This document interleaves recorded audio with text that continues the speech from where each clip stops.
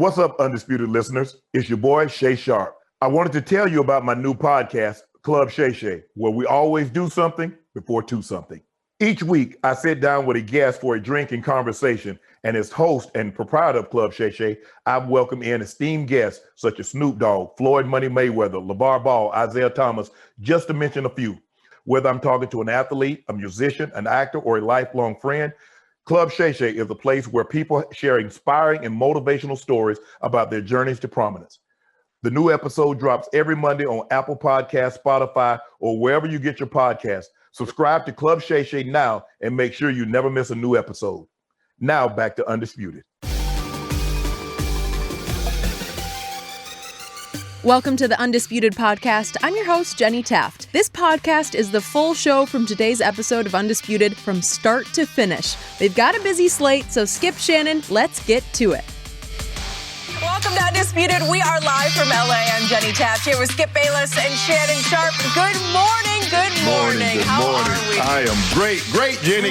Great. Feeling good. You know, Jimmy, it's funny. Over the last month on this show, I can't remember my man Shannon Sharpe sitting across from me one time making fun of Tom Brady for saying, it's fourth down. Monday. Fourth down. He did it. Fourth down. It's well, wait. Now it's all about five as in Super Bowl 55, or 5 plus 5 as in my 10th Super Bowl, says Tom Brady. Hold on. Will you show the highlight, that video of LeBron, him throwing the ball out of bounds? I hadn't seen that anymore since we won the title. I'm not bring that back today. No. I think it's about time. Blooper reel retired. Yeah, the blooper reel, Jenny. Yeah, the blooper reel. We're not using that thing anymore. Guys, we are days away from the Super Bowl, and that is where we begin today. All projected starters for the Chiefs and Buccaneers rosters were ranked heading into the Super Bowl, and KC took 4 of the top 5 spots with Mahomes at 1 and Brady the only Buck at number 2. The top 10, however, was a 5-5 split, and the Buccaneers also grabbed 10 of the top 15 spots. So, Shannon, what does this tell you about who will win the Super Bowl? Well, look, it tells me that the Bucs are extremely talented. No matter how much Skip Bayless tries to peddle the theory, this is a Succaneers and they're a downtrodden organization. Well, they were. But are they talented? Yes or no? This is what we're talking about. We're not talking about the past history. That's what you tell me. You said, let's stick to the issue at hand. Is this not a talented football team? Who has 4 of the top 5 on that list? Who has 10 of the top 15 on the top list? Would you rather have 4 of the first 5 or 10 of the first 15? Would you? Let's see. Wait, does that mean you're going to pick the Buccaneers? No, I'm not. Oh. And plus the fact that Jason Pierre-Paul was 29. Devin White is 30th. Donovan Smith is 42. You mean to tell me of all the players that's in the Super Bowl, they got these guys ranked outside the top 20? Really? So it goes to even show you that there's even more talent on the Tampa side. And I've said this before. If you look at these rosters, top to bottom, Tampa Bay is more talented than Kansas City. Really? Kansas City has the more firepower offensively. Okay. You look at Mahomes, you look at Kelsey, you look at Tyreek. I get that. Chris Jones was ranked in the top 5. I get it. But Skip, our defensive guys don't bring the cachet that an offensive guy does. Okay, but he's number 1 on this list. Yes, he's the first defender ranked on either team.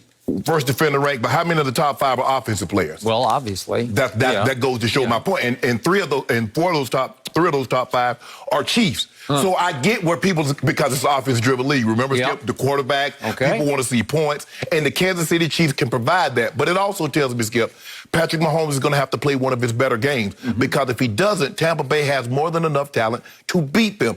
This is not going to be, and if they lose this game, this is not going to be the monumental upset that people think it's going to be. This is not the Patriots upsetting the greatest show on turf. Right, the Rams. Yeah. This is not the Broncos 11-point underdogs to the Packers beating them. That's not that, Skip. This is not the Jets beating the Colts in Super Bowl. Joe Namath. Right. This is not that. This is a very talented football team with an immensely historic, transcendent quarterback on the other side that happens to be a 3-point underdog to a team that's talented, but I don't believe they're as talented as the Buccaneers. So Patrick Mahomes is going to have to play one of his better games. Spags is going to have to dial up one of his better defensive game plans because Tampa will be ready to play.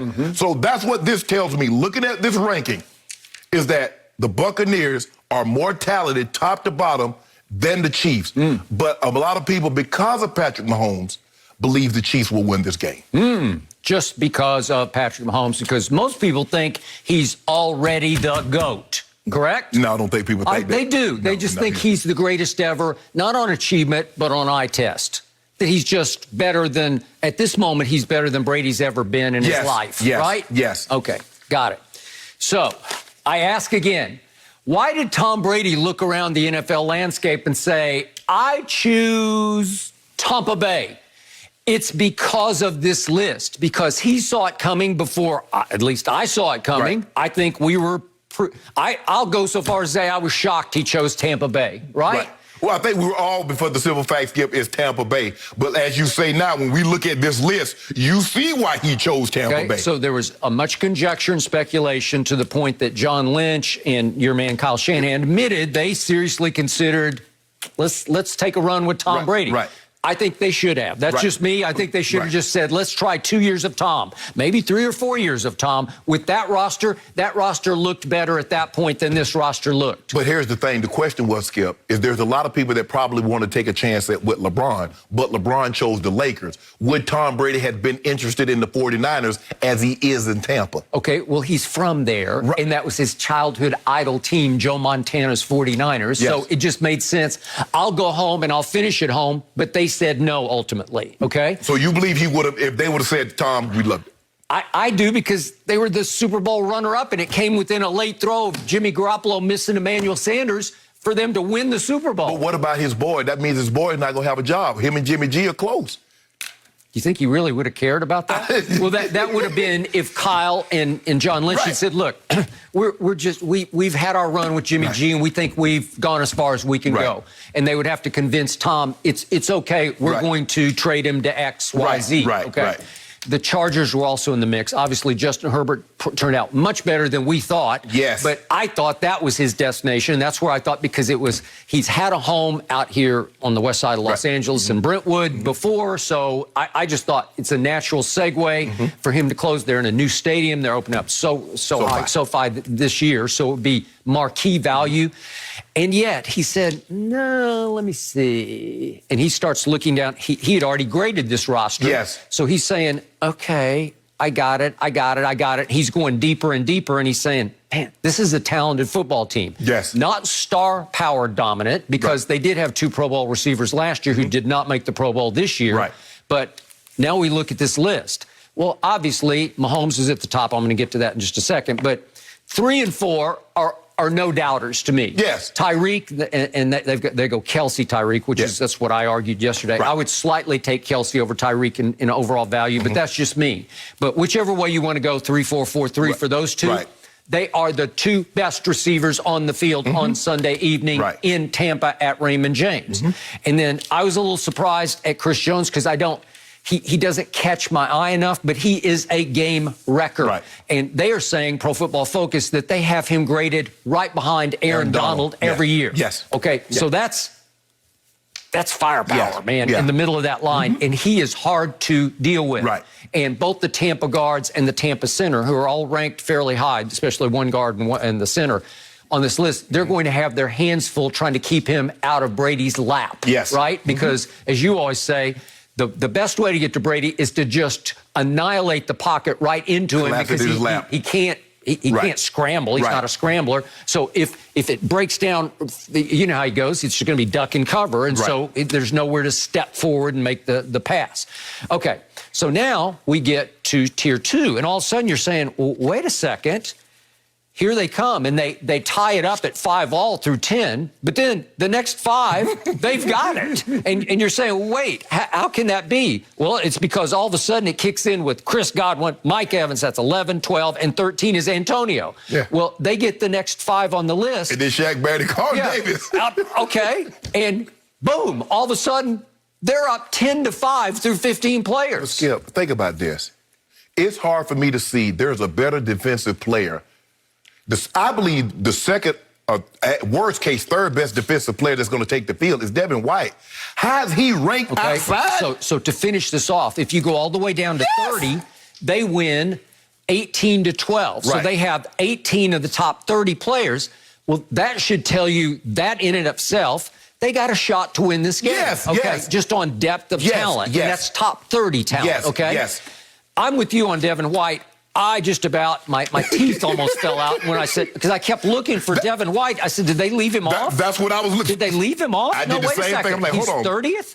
Okay, so their point about Devin White is simply this, and I get it. They're grading him only off the regular season. There were games in the regular season when I will admit I got frustrated because he will come and go and then just stay gone. When Sometimes he freelance. He freelance. Okay. Well, sometimes he just sort of drifts. He just drifts through plays, and you say, "Where is he?" Right. He's 45, right? Right. Where's 45? If he is called upon to blitz, he flashes. Right. He jumps off your TV screen. If he's called upon to cover the tight end and get his hands on the football, he flashes because he can run with just about anybody in the mid-range of the field. Yes. Okay. So they're saying that because he gets caught out of position too often, that they are downgrading. They ranked him 69th among NFL linebackers on performance of the regular season. Okay. No. Now, what happened in the postseason? Well, this is why I don't get their ranking. This is the only this isn't a quibble. This is a flat out big gripe. Wrong. Yeah.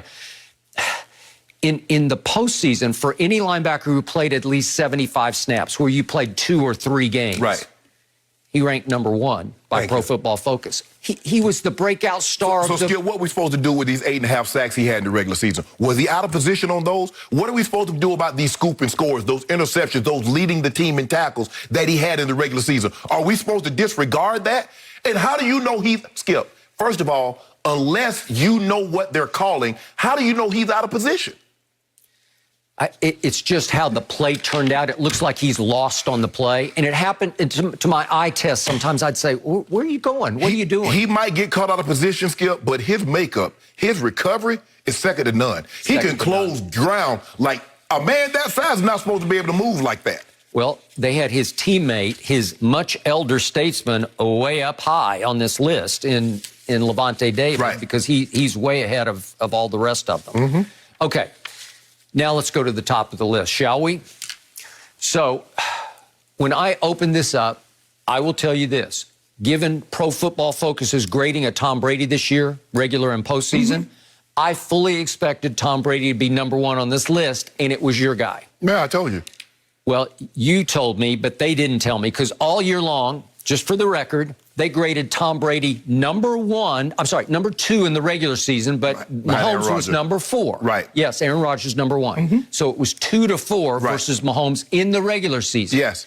In the postseason, Tom Brady has graded out, and again, he played 3 games to some 2 games. Two Mahomes. He graded out number 1 in the postseason. So number 2 in the regular season, number 1 in the postseason, and all of a sudden, to me, they copped out. They chickened out, and they said, no, it's Mahomes. And to me, their rationale, in my view, from a distance is, we look foolish if we put Tom Brady number 1. Skip, I've been telling you, look foolish saying that Tom Brady graded better, played better than Mahomes this year. You look foolish. Skip, the man threw 3 interceptions in the second half, and you said he had and if you just take, and granted, he went out early in the third quarter, but if you just look at the game at Buffalo, Tom Brady had no games in the postseason in which was as clean or as good as what Mahomes had against Buffalo. But you're going to say he graded better in the postseason than Mahomes? I don't see how. Tom Brady in the postseason in 3 games had 9 big-time throws. Those are completions of 20-plus yards. Right. The next quarterback on that list had 5, 9-5. Right. That'll work.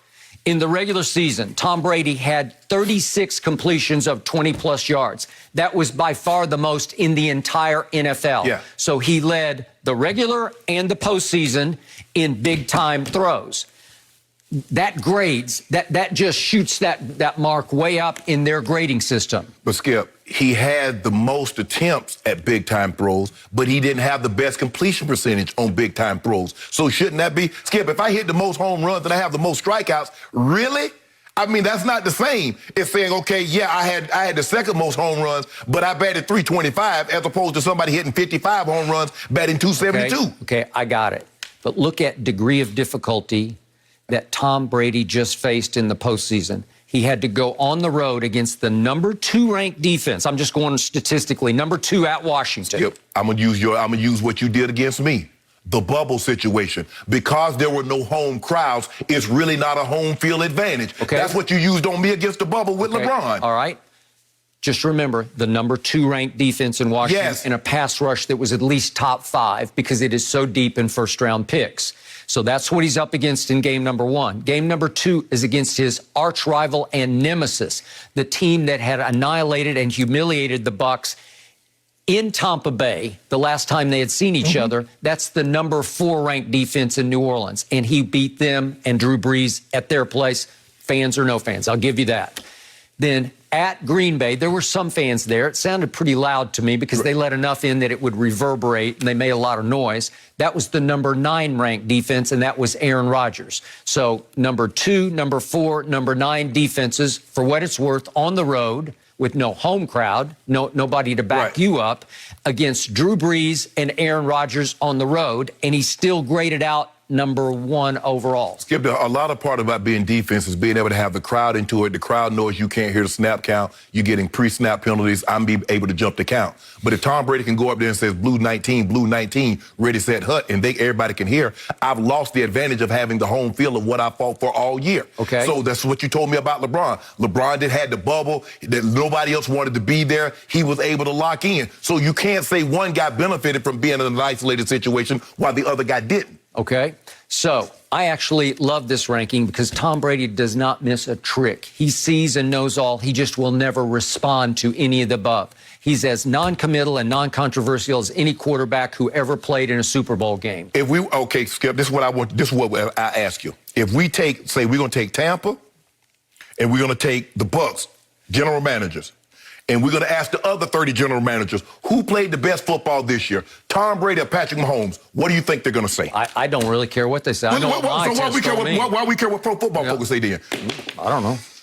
It's just they're highly respected, highly regarded. So general managers are not highly respected. See, this is what I'm finding out about you, Skip. As long as someone says something, hold on, just a second. You're taking 43-year-old versus 25-year-old. That's not the point. Because they would think about, well, who would I want for the next 5 years? No, I'm not talking about the next 5 years. I said the 20. Okay, I'll take it right now. I will bet you Kyle Shanahan and John Lynch would sit back and say, man, I'll take Tom Brady right now.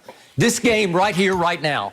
For your life, I'll take Tom Brady. Yep, I ask you a simple question. Yep. Who played the best football this year? Tom Brady. Patrick Mahomes or Tom Brady? Tom Brady. Degree of difficulty off the charts. Tom Brady does not have a Tyreek. He does not have anything remotely like Travis Kelce. Not remotely like Andy Reid does he have calling plays for him. He got 10. Not remotely. He got 10 of the top 15 players. That's what he got. That's what he got. Okay. That's Tom Brady. He got a roster that's deep.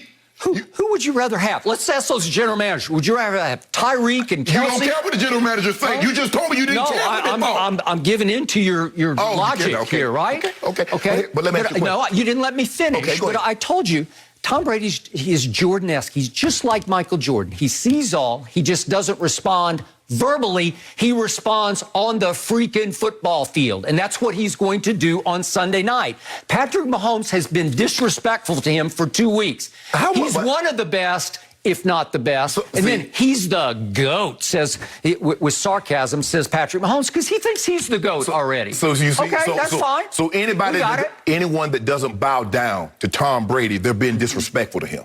Well, that kid is, after Tom Brady blessed him after the AFC Championship game. We don't need to bless. Okay. We do what we do. Let me ask you a question, Skip.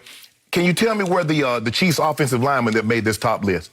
Well, obviously they're hurt. We'll see how that holds. So how they go? So how did they help Patrick Mahomes in this game? Now I want you to tell me where their linemen are. Alan Marpet, he's 8. Tristan Wirth is 9. That's top 10. Those are guys that protect. As a matter of fact, as I'm looking at this thing, Patrick Mahomes does not even have an offensive lineman in the top.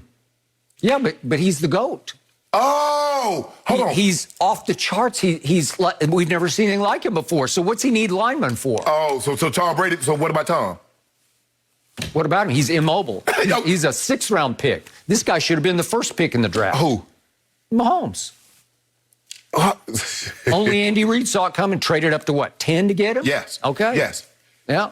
So at least he's a top 10 pick. All I'm saying is, if you look at this, if you just going to base this on Pro Football Focus, and we using this as the barometer, it says of the top players that's going to take the field Sunday, the Bucs have the lion's share of them. That's what it says. So it tells me that normally what you try to do, you try to get the team that has the most good players. They normally win. If you don't, turnovers always come into play. But sometimes on a given Sunday, somebody turns the ball over, a fluke play here or there, and you lose. But if you look at it top to bottom, Bucs are mortality.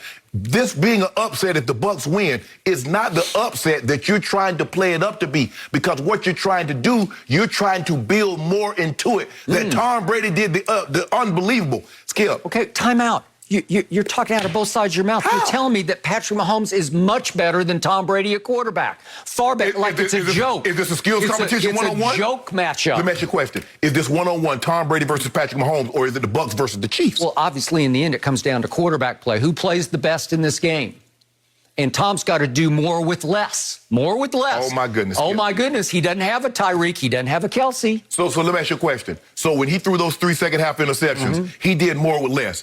Well, no, his defense did more with less. Okay, all right. But you say he threw those interceptions, so he clearly got exposed, you're saying, in the second half at Green Bay. Skip, he turned the ball over. Ain't nobody exposed him. What did he expose? He exposed, he turned the ball over. And his defense gave up 6 points on turnovers. Where his offense, where they turned Aaron Rodgers over, they got 21.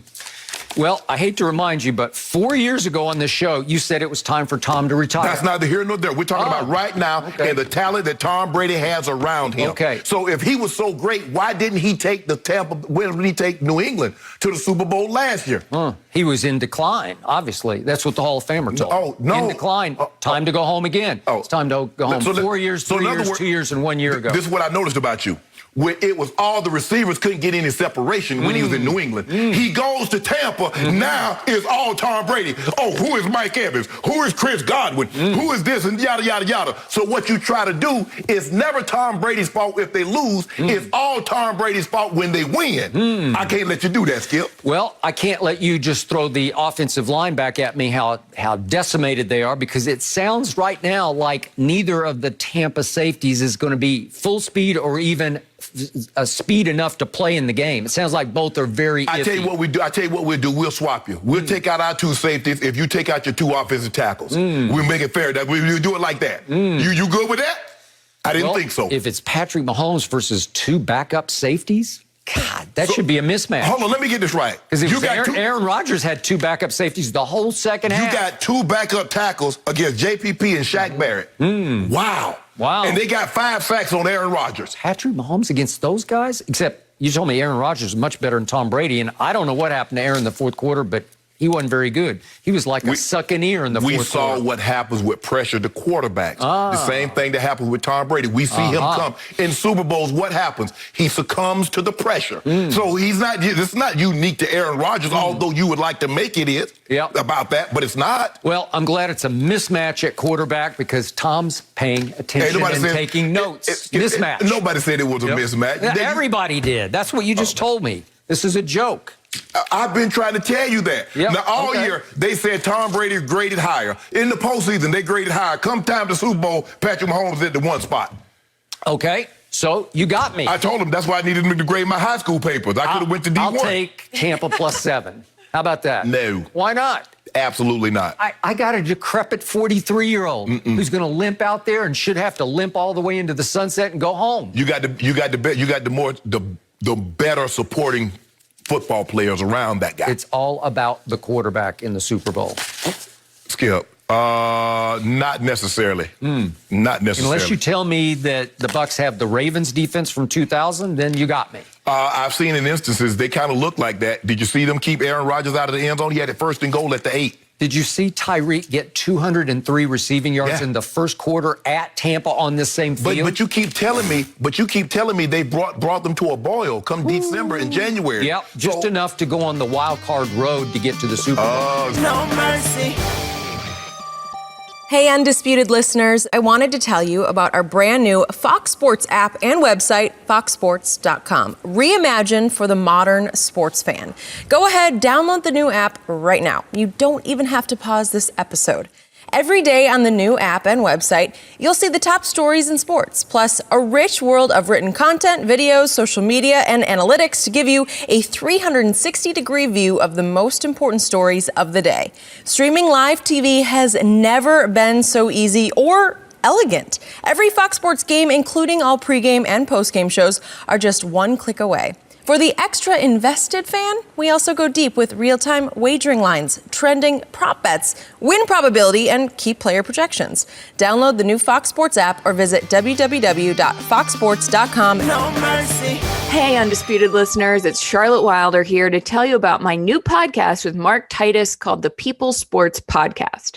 It comes out every Thursday, and Mark and I take one of the big stories of the week, and then we go off on tangents you never saw coming. This might mean that we start talking about the Dodgers winning the World Series and end up wondering if Knicks fans deserve happiness. Or begin with LeBron's greatness and end up drafting our ultimate beer league softball team made up of old athletes. Whatever it is, the only rule of the show is that it has to be fun and funny, because these days we could all use as many laughs as we can get. So check it out wherever you get your podcasts and come down weird sports rabbit holes with us. We can't wait to have you. No mercy. Lakers forward Jared Dudley released a book titled Inside the NBA Bubble, a championship season under quarantine. And in the book, he said it was disrespectful for someone like Paul George to talk trash when he hasn't won anything. And it was disrespectful for PG to put himself on LeBron and AD's level. So, Shannon, is Dudley's criticism of Paul George in bounds or out of bounds here? I think what a lot of people took issue with, Skip, this all happened when Dame missed that free throw. And you see Pat Bev, that's kind of Pat Bev, making his little antics. I thought it was Dame time, and all of a sudden, you see PG in that mix. And you think, now, hold on, PG. That's not your MO. We've never seen you do that. We never saw this at Indy. We never saw this at OKC. And now this is it. Now, Skip, I'm not saying Paul George shouldn't view himself in this way. But I think players in the league look at Paul George and he's viewing himself like he's LeBron, like he's KD, like he's Steph, like he's Kawhi, like he's Giannis. Those guys have either won regular season MVPs or finals MVPs. They're like, hold on, PG.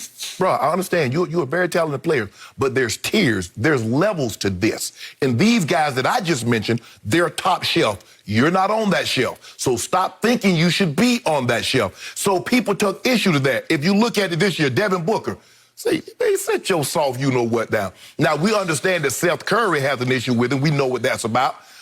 So we don't need to get into that. But, people look at Paul, the way Paul views himself and the way players around the league view Paul is totally different.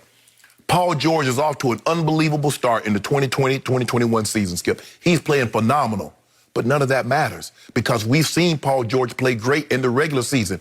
He didn't call himself regular season P. He called himself playoff P. So when you give yourself a name like that, Skip, you better come big come playoff time.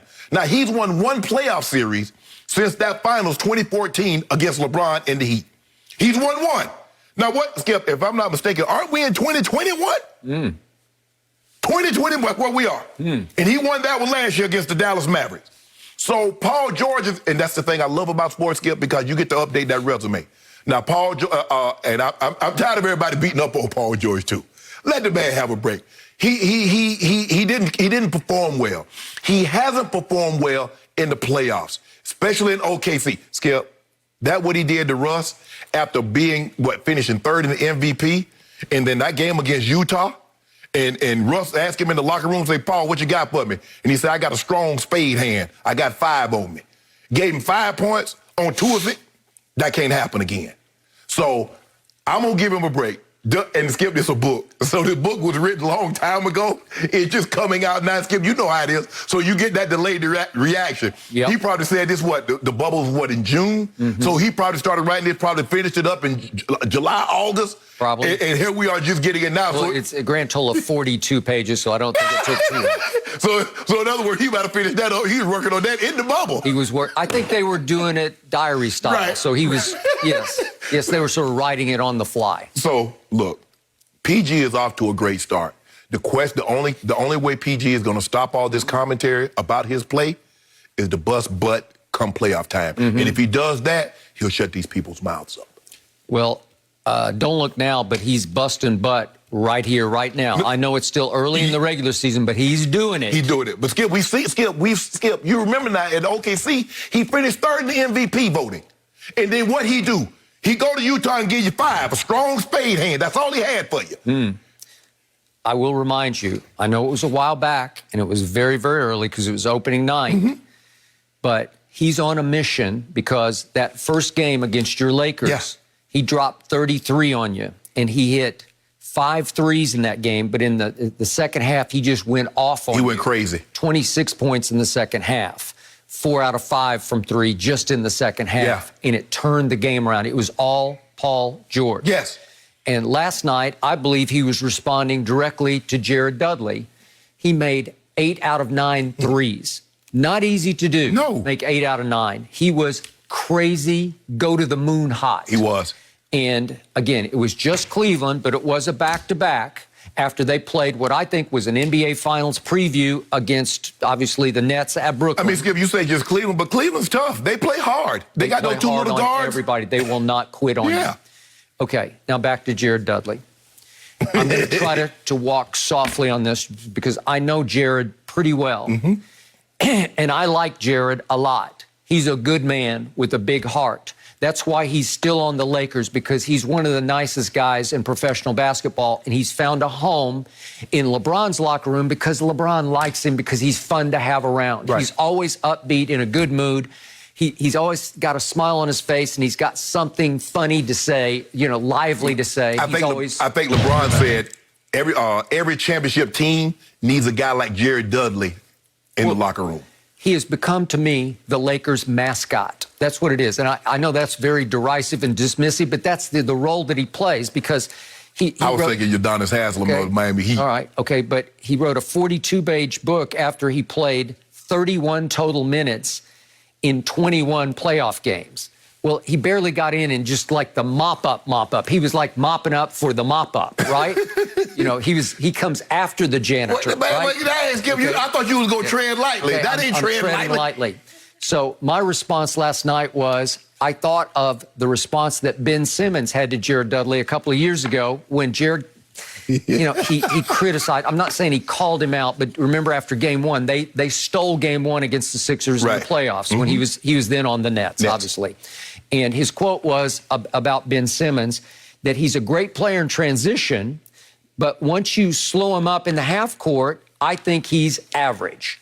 Did he lie? Did he lie, Skip?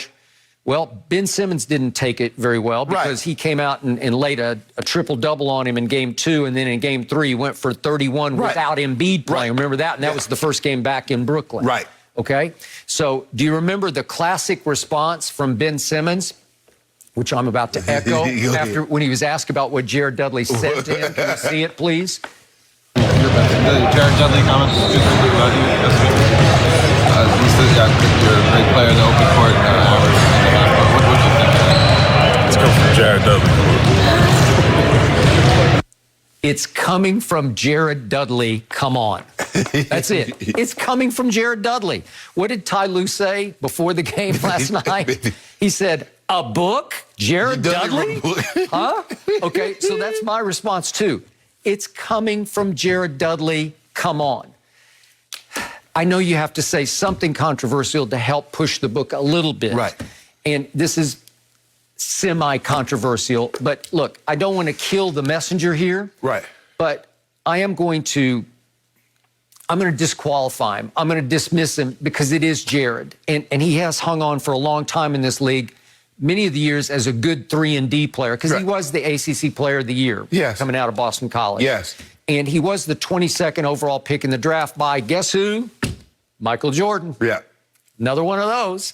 And he's bounced around this league to 7 different franchises, and this is his 14th year. That's pretty good. Do you realize Jared Dudley has now made $61.3 million playing this game? Okay, that'll work. Okay, it's a good living, man. Nice little living. Okay, so he might jeopardize it a little bit with this, but he's going to be the hero of the locker room because the Lakers are going to love this. We're glad you said that. He'll end up coaching somewhere. I think the thing is... He does want to be a coach or a GM. He might be a GM. Skip, I just think the thing is that Jared Dudley said what a lot of players around the league think.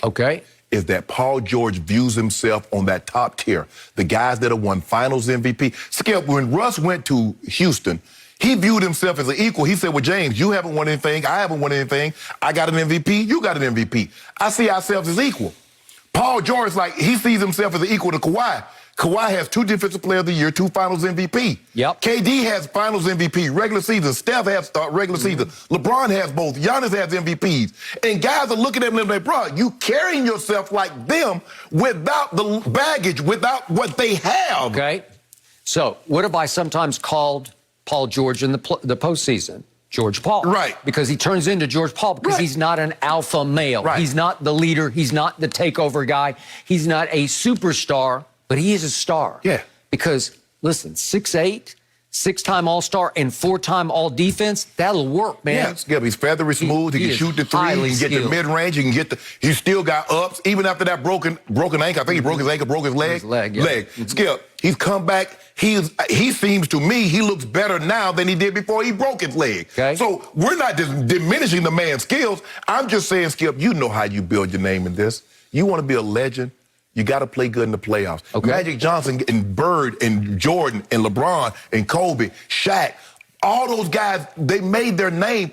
Kevin Durant made his name in the postseason. Sure. When he went to Golden State doing that, that's how you make your name. That's how you do it. So, Paul George, if you want to be thought of as those guys, like those guys, I agree. You're going to have to play in big moments in the playoff games like those guys. He has led this league in steals. Yes. He has been in the running for Defensive Player of the Year. He has been in the conversation for MVP. Yeah, he finished third. Okay? That's his last year in the OKC. And he's on the fringe of the conversation this year because he's had some big games. Yes. He's playing even better than Kawhi is right now overall. Yes.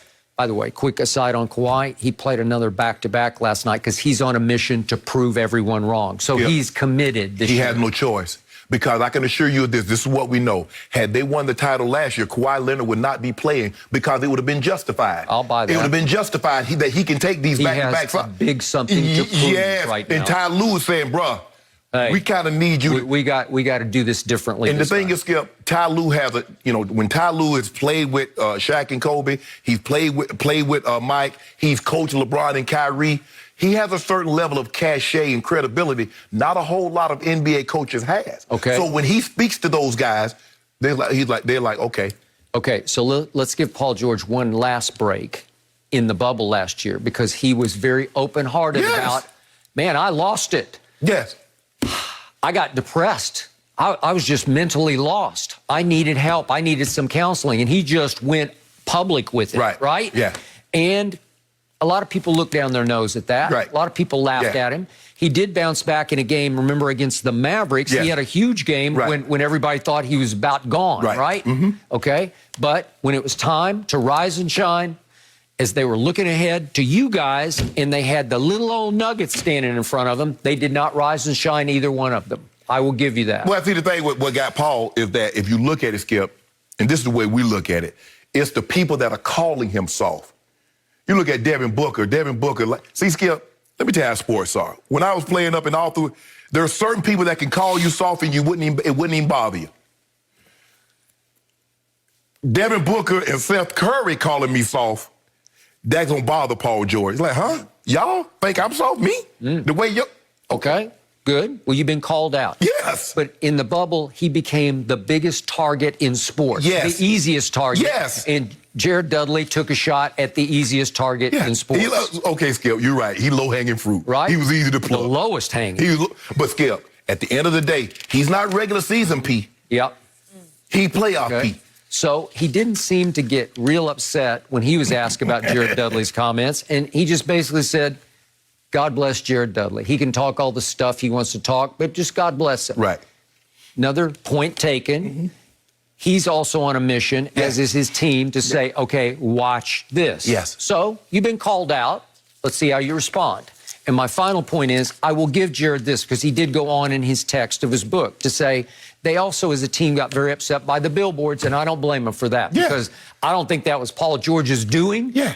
I don't know if it went to... You liked it. Okay, I don't know if it went to Steve Ballmer. No, but you liked it. When Kawhi Leonard, Jenny, played the tape. Ooh, he took a shot. Boom! Okay, well, that's a commercial. That's not billboard. Oh, he had a billboard, too. This Kawhi Town. You saw those billboards, Kawhi Town. But the Clippers billboard, they put right there on the entrance, right going into El Segundo to their Lakers facility, right? Yeah, I used to see it going to the Strand House. I want to tear it down. Really? Yeah, I wanted to. Okay. And what was that? I never saw it. It was just a general Clippers billboard? That's not a Clipper town. Ain't nothing Clippers. Okay. Well, all right. So... Put all the billboards you want down in San Diego. Maybe they leaped before they should have looked, but this year it's going to be different. I'm picturing Shannon taking down all the billboards around town. It's interesting, though. I haven't seen that commercial. You haven't seen it? I haven't seen it either. What's wrong? I've seen it. He don't want to sell no more shoes? The piano commercial? He don't want to play the Kawhi piano? I don't know, though. But you know how. But you already know how it's going to end. Yeah, I do. A flop. Okay, I want to get back to the Super Bowl, guys, because we are counting down just a couple days away. And let's talk about Tom Brady's leadership a bit more here. Buccaneers linebacker Lavonte David said in a recent interview that Tom Brady is laser-focused on the Super Bowl. David said that after winning the NFC Championship, a teammate was crying, and Brady told him, quote, "What the bleep are you crying for? We're not done yet." So, Shannon, like it, love it, or hate this from Tom? Man, look here.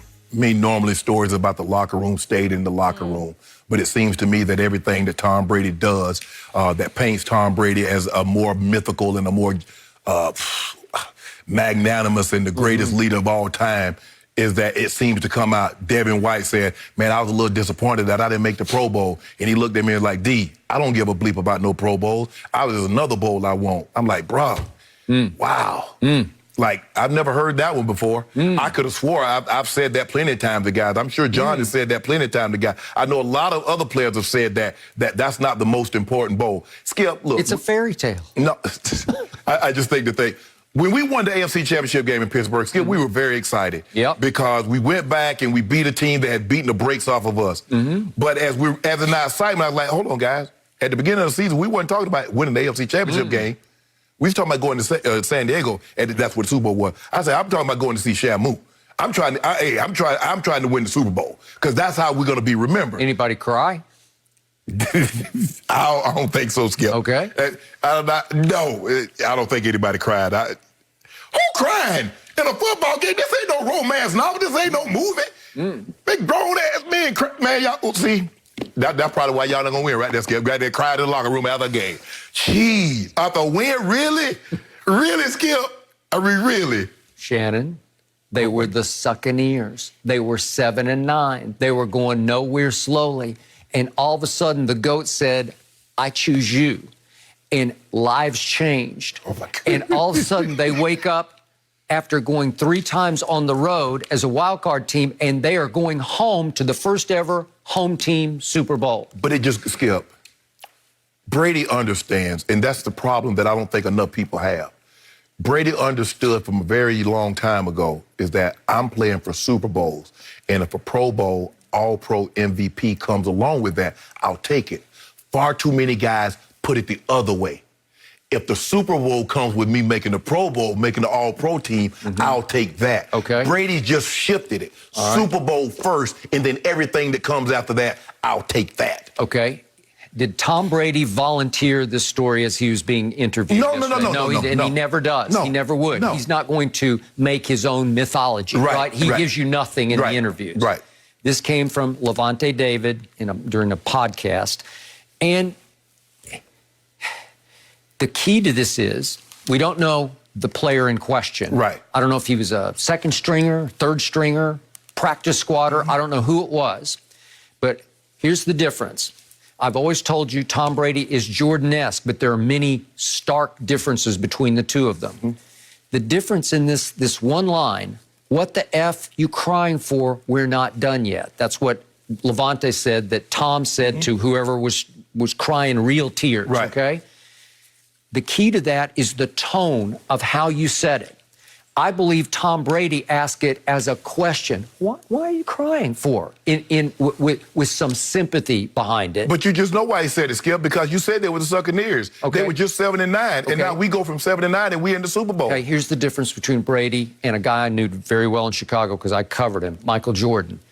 He would have said the same thing in an incredibly different tone, a scathing tone, and it wouldn't have had a question mark after it. It would have been a declarative statement. What the fuck? You know, like, what do you do? What are you crying for? Right? Okay, so this is Michael Jordan versus Tom Brady in different styles because one is the all-time good cop leader. Right. Now, Tom will unleash on you in the, like on the bench in the huddle. But it's coming from a place of love and respect that he has built slowly but surely in the time allotted, right? Yeah. Okay, but with Jordan, you were all over him for the documentary, right, The Last Dance, because he was abusive. Right. He was verbally abusive of everybody on that team, including Scottie Pippen. He would humiliate. He would annihilate players in practice, while in this case, Tom would never do that. Right. He would never try to show you up in front of your teammates. Am I right? Right. Okay. So in this case, Tom, Levante didn't say it how Tom probably said it. Right. So I'm going to give him I would love that he said it this way. If he said it in the tone that he could get away with saying it to somebody. I don't have a problem with them saying it. What I have a problem with him is that what happens in the locker room normally stays in the locker room. Right. Okay. So, in the end, are you saying you hate that he said this? No, I don't. Look, how Tom Brady motivates and gets that team ready to play, that's the only Tom Brady knows. He's been around them long enough. He kind of knows what to say, when to say it, and how to say it. But for me, Skip, what I've always tried to do, Skip, is that I've always tried to tell people, like, emotion is good, but control emotion is better. So when someone is feeling something, some happiness, I don't tell them they shouldn't feel that at that moment because I don't know. I know what I felt, Skip, when I won the Super Bowl. Did I feel the same thing after I won the AFC Championship game? Not to the level that I felt the Super, because that's the ultimate prize. But getting there, after being so close, getting knocked out the year before in the divisional round and finally get there, you're like, oh, man, now I get a chance. Because, Skip, there's nothing worse than getting knocked, I guess, yeah, it is. That happened to me my second year in the league, getting knocked off the game before the Super Bowl. Because you're so close. You're so close. You're like, man, we going to the Super Bowl. We win this game, we going to the Super Bowl, and no, you're not. And like I said, like you said, you don't know who it was. I don't know who it was. But for them, maybe they played 7, 8, 9 years. Maybe, Skip, maybe this is their first time going to a Super Bowl. Okay. So, in the end, I don't think he's trying to create any new mythology about Tom Brady. I just think... But he did it. He didn't intend to, but he did. But it speaks to Tom Brady taking a team that had no idea how to win games at all and turning it into a Super Bowl team on the fly in a pandemic with no preseason. Well, that's Skip. I believe they would have been a wild card team at bare minimum last year if Jameis, instead of having 30 interceptions, has 15. Or if he has 20. If he throws 33 touchdowns with 20 picks, they're a wild card team. That was the difference. You look at Tim Tebow, Skip. They went, where did they go? They went 8-8, and then the next year Manning comes in, that goes 13-3. It's just, and Tom, look, we can't compare, just like we couldn't compare Tebow to Manning. We can't compare Jameis, but Tom understands. Tom understands moments and how to manage himself in moments and take opportunities that when they're presented, he maximizes those opportunities. So, like I said, for me, there are a lot of things that happen. Now, you talk about somebody that can write a bestseller, your boy. If I went back and wrote over my 14 years, no, let me take it back. From high school to college into my 14 years, Skip, guarantee you be a bestseller, New York Times bestseller. Guarantee you do 2 million copies. Really? Guaranteed. Well, why don't you do it? No, sir. Why not? There's certain things that it would happen in the locker room. It happened in that time. You leave it alone. You take it to your grave. Okay. So you're saying Levante David was out of line to even bring up the story? I just think things that happen in the locker room, just leave it in the locker room. Okay. Fair enough. read your book now, though. I feel like you can leave out some stuff, Shannon, but like get to the. No, you got when you write it, Skip. You know, when you write a tell-all, you got to put it all. You got to, like Skip said, you got to bury your soul. You just got to open up and just pour it all out on the table. And then you make a mess of a lot of people. They ain't got nothing to do with this anymore. No, can't do that, Jenny. Well, you guys also put yourself out there every day. I will do that. Really? You guys share plenty on this show, so I'm the lucky one to listen to both of you every single day. No mercy. Tomorrow, well, Patrick Mahomes is going for his second straight Super Bowl and already has plenty of game-winning drive experience. On the flip side is Tom Brady, who's going for his 7th Super Bowl win in 10 trips and has the most experience leading a team to victory in late-game Super Bowl drives. So, Shannon, who would you rather have on the final drive to win the game, Mahomes or Brady? Skip, I understand what Tom Brady is. I understand what he's accomplished, and I understand how great he's been for such a long time. But if you tell me right now, I'm going to take Patrick Mahomes. He's the best player in the game, and he's been in these big moments before. 3 double-digit comebacks last year, 1 in the Super Bowl. He had a 9-point comeback this year in which he won the game. And in the postseason this year, Patrick Mahomes has had the ball 15 times. He's punted once. He's turned it over none. 7 touchdowns, 4 field goals, a missed field goal, and 2 kneel downs. That's what he's done this postseason. So I understand Brady historic and what, like you said, 6 Super Bowls with 6 game-winning drives. And a lot of those, the Super Bowl, but there are some AFC Championship games. There are some playoff games in which Tom Brady has been great. But given where Mahomes is right now and what he's capable of doing, I feel very comfortable in trusting him. Says, okay, son, you're ready to take the keys, get on the interstate, and drive for yourself. So I'm going to take Patrick Mahomes in this situation. Okay, just in a vacuum on Patrick Mahomes, I hear what you just said. I will take Patrick Mahomes over Aaron Rodgers in clutch situations any day or any night because he's shown me a true grit that I don't think Aaron Rodgers has. Aaron Rodgers will fold on you when you least expect it. Aaron Rodgers went, 4 of 11 in the fourth quarter against the Buccaneers. When they needed him to come up big, he came up smaller and smaller and smaller. You're first and goal at the 8, and you go incomplete, incomplete, incomplete, and your coach even gave up on you and said, I think we better take the field goal here. So Mahomes has shown me a lot in a little bit of time that he's played because his resume is not huge yet.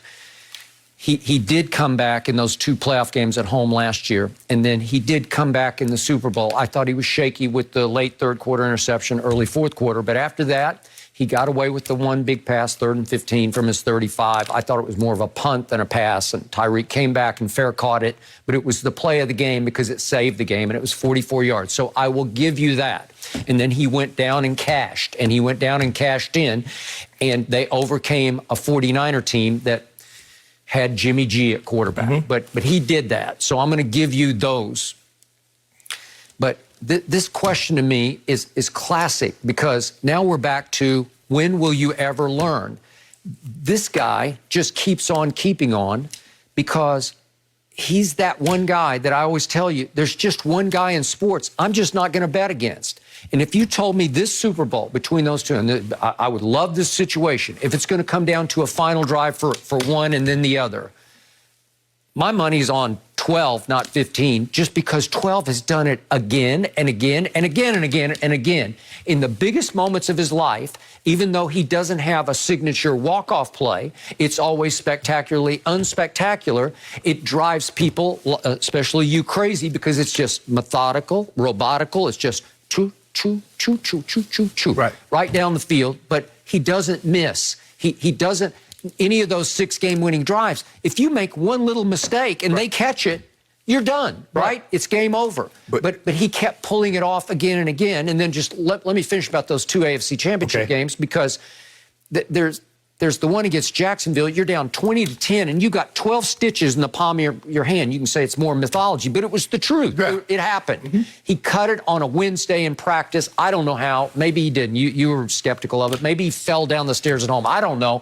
But he had it. He had a big gash in his hand. It's hard to grip when your thumb's in question. It's just hard to grip the football and throw it accurately and trust that it's going to come out cleanly with stitches in your hand. Okay, so he throws for 138 yards in the fourth quarter, and they come from 20-10 down against a defense that had been red hot all year, Saxonville, right? Right. But now let's look quickly at what happened in the cold in Kansas City against Mahomes in overtime in the AFC Championship game. You know, we're going back to 2018, obviously.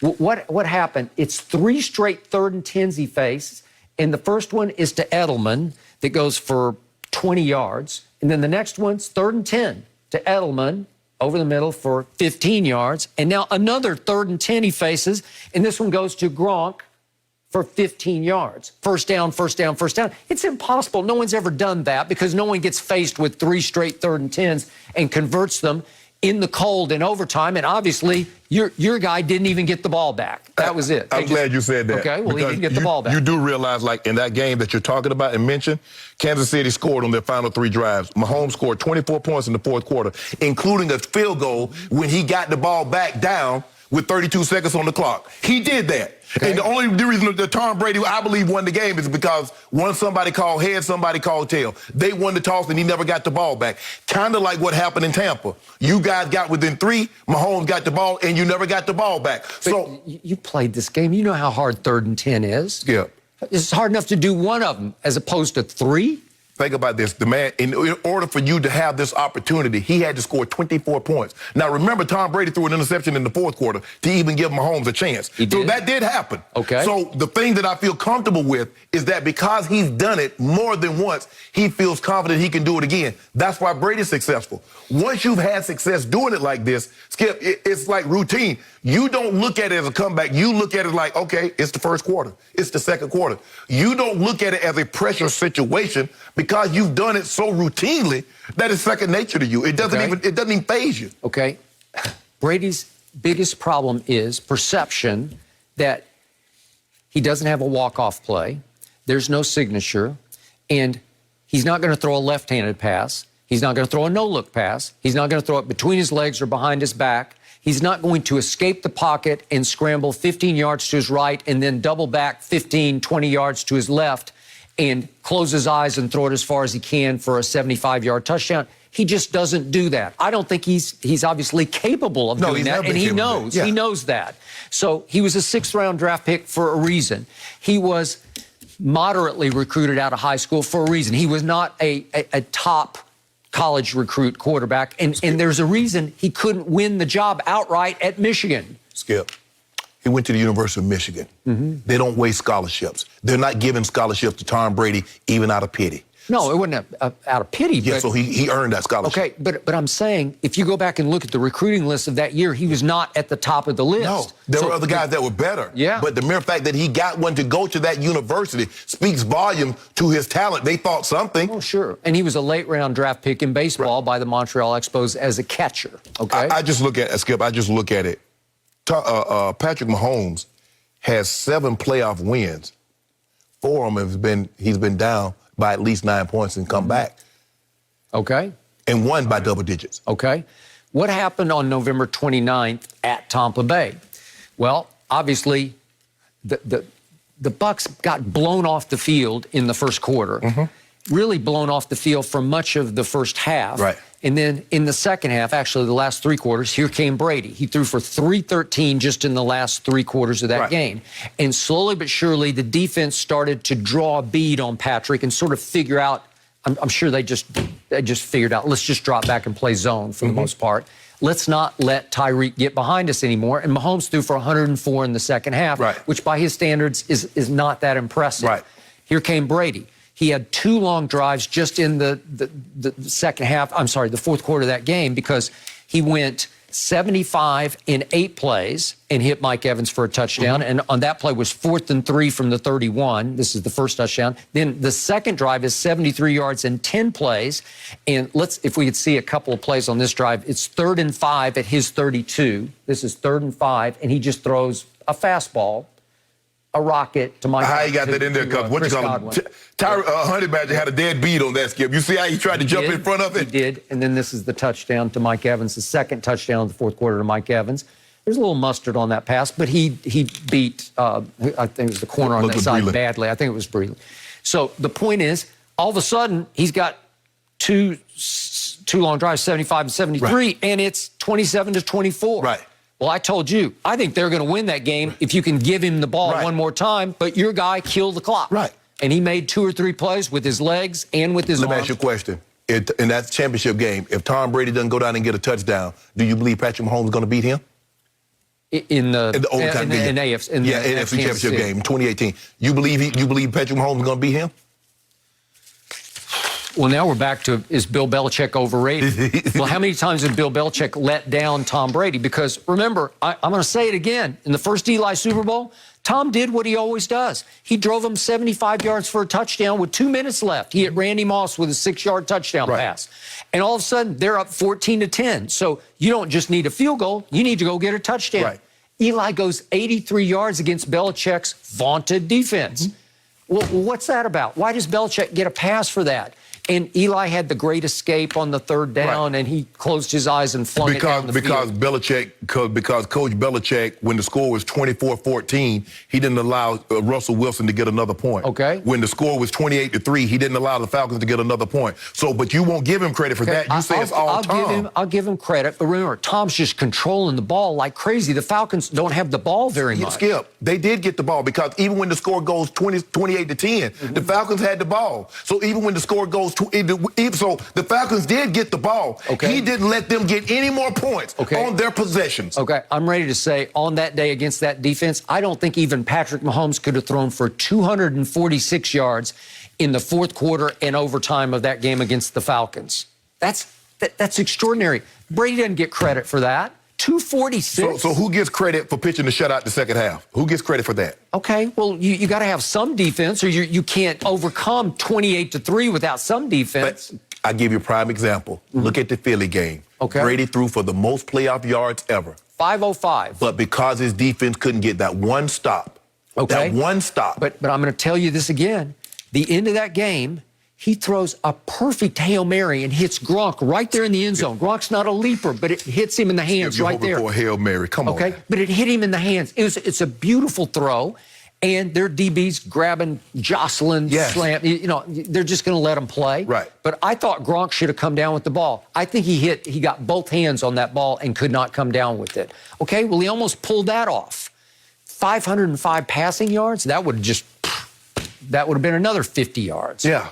But, I mean, Russ, what about Coach Belichick's defense against the Legion of Boom when Michael Butler make that play? Right. What about Brady in the 4th quarter throwing for 124 and 2 touchdowns against what many thought was the greatest secondary ever assembled? If Malcolm Butler doesn't make that play, it's all for naught. I got it. But why should we overlook what Brady did to get them there? No, Skip. We can't overlook it, but you try to minimize Coach Belichick's role in all of that. Those defenses had to be outstanding because they were down 24-14 and Brady scored 17 and the defense doesn't allow any more. They were down 28-3. They win the ball game 34-28. Okay, but Belichick's defense cost Tom Brady 2 more rings in the first Eli Super Bowl and in the 505-yard all-time record game. He gave up 41 to Nick Foles. So Coach Belichick's defense didn't win Tom any Super Bowls. Well, obviously he helped. I give you full credit for the first one. He helped. But I'll also tell you, don't underestimate what Tom Brady did in the Tuck Rule game. They got a huge break because it was definitely a fumble. Yes. But go look at what he did in the second half of that game. He threw for 239 yards in driving snow. Skip. You don't get to rob a bank and then use the money for good and said I did a good deed. Okay, I'm just telling you. It was the Tuck Rule. Everything that happened after that, everything after that should be moved. You that was his first ever playoff game against a Raider team that I covered, and it was much better to me than the Patriots were at that point. Yeah. And he shredded them in the second half and set up the 2 field goals that tied and won the game. And he doesn't get any credit for that because the whole story was the Tuck Rule. And I give you, it was a bad call. Yeah. But then in the Super Bowl, in that last drive, he was extraordinary. Yes. And again, it was because Belichick put him in position with a master plan against the greatest show on turf. Right. He shut it down. Right. Okay, I got that. But that was the first Super Bowl, and that's the only time I'm going to give you full credit for Belichick deserves equal billing. What about the Rams? What about the Rams? Is Jared Goff still on that team? So how good was Jared Goff? You killed Jimmy Garoppolo. what happened to Jared Goff? The Rams said no to Jared Goff. They just spit him out. Thank you. Okay. That's who Tom Brady beat in the Super Bowl. Okay, but that's who Bill Belichick shut down in the Super Bowl. Okay. You keep raving about what a game plan it was. Hold on. But that's what you. But see, Skip, when Mahomes won the Super Bowl, you said he beat sorry Jimmy G. Well, he did. Okay. What about Jared Goff? Okay. Well, what was Tom up against that day? You tell me how Aaron Donald's the greatest defensive player ever, or one of. Skip. The greatest defensive player today, right? I believe. You played for Wade Phillips. Yeah. Can he coach defense? He absolutely believe it. But hey, I believe last year's 49ers D-line is better than the Rams. When you look at Skip, when you look at Nick Bosa, DeForest Buckner, Armstead, D Ford. Okay, but the Rams have the one and the only, right? That D-line, the 49ers D-line was better than the Rams D-line. Okay, but I don't know that their defense was better than the Rams overall. No mercy. Gotham Chopra, the director of Tom Brady's Facebook documentary, Tom vs. Time, shared his insight on how he views the 43-year-old quarterback. He said Brady is both David and Goliath, saying, quote, he's the ultimate underdog who came out of nowhere. But with all the success, over time, he turned into Goliath. So, Shannon, do you agree with this?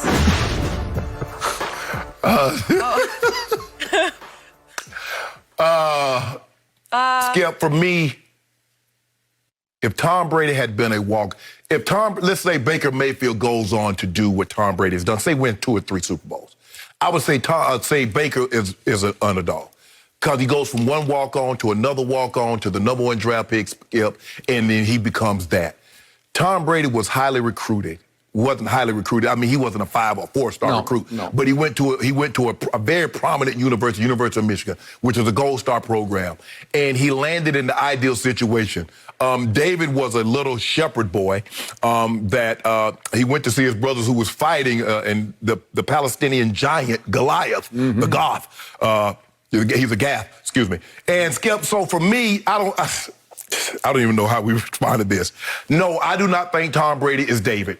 And I don't think he became Goliath because the situations is that David, Skip, how do I explain this so people can understand?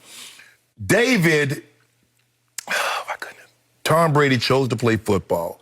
David did not choose to be a soldier. David was a shepherd boy. Yeah. And God sent him. He says, I'm going to deliver, the Lord will deliver you to my hands today. Mm-hmm. The birds and the beasts will feast upon your body on this earth today. And how did he slay the giants? He didn't want any armor. Saul tried to give him his armor. He said, I don't want that. Mm-hmm. All he took was he took his little spear, he took his little slingshot, and 5 stones that he collected from the brook. Mm-hmm. Well, you read the Wikipedia. No, Skip, your boy used to be big. I was big in the church. I was a junior deacon for like 7, 8 years. Okay. Yeah. So he uses his slingshot in 1 stone only, yes, and he nails him right between the eyes. And he drops. Yep. Okay. So David slays Goliath. So I want to know who is the Goliath that Tom Brady slayed? The NFL? Okay, that's why the analogy for me does not work. I will give you that David has a Goliath resume, because if you look at the total, the achievement, it's like, well, that's Goliathan, right? Right, yes. But no one ever thinks of Tom Brady as Goliath. No. Because Tom Brady doesn't strike fear in anybody's heart. The Bible speaks that Goliath was over 9 feet tall. Right. Nobody looks at Tom Brady like, Tom Brady's like just so huge, he just has... Right.